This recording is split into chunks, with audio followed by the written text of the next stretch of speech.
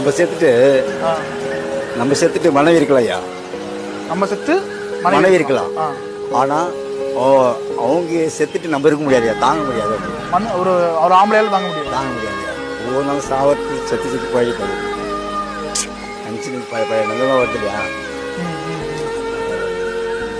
அதைத்தான் நம்ம செத்தாக பொம்பளைக்கு வாழ்ந்துருவாங்க, நம்மளால் வாழ முடியாது. சில பேர் நிறைய நான் பசங்களை வச்சு வாழ்ந்துருக்கிறேன். எப்படின்னா பேத்திங்க இருக்காங்க, 2-3 பேர் பேத்திங்க, அவங்க நினச்சிக்கிட்டு தான் எப்பவுமே பேத்திங்க அவங்கள நினைக்கிட்டு தான் கொண்டாடி நினைக்க முடியாது.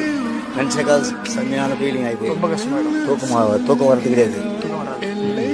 அதில் பேத்திங்க சேனா பார்க்கலாமா, பேத்திங்க அவங்க உள்ளதான் சொத்து, ஆனா அவன் நம்மள எதிர்காலத்துல பாத்துக்க மாட்டான் அப்படிங்கிற மாதிரி தோன்றுதே. அந்த பதட்டம் எப்படிப்பட்டது? அதான் சார், ஹஸ்பண்ட கூட இழந்துட்டு ஒரு பொண்ணு வாழ்ந்துருவா, பிள்ளை இல்லாம இருக்கவே முடியாது சார்.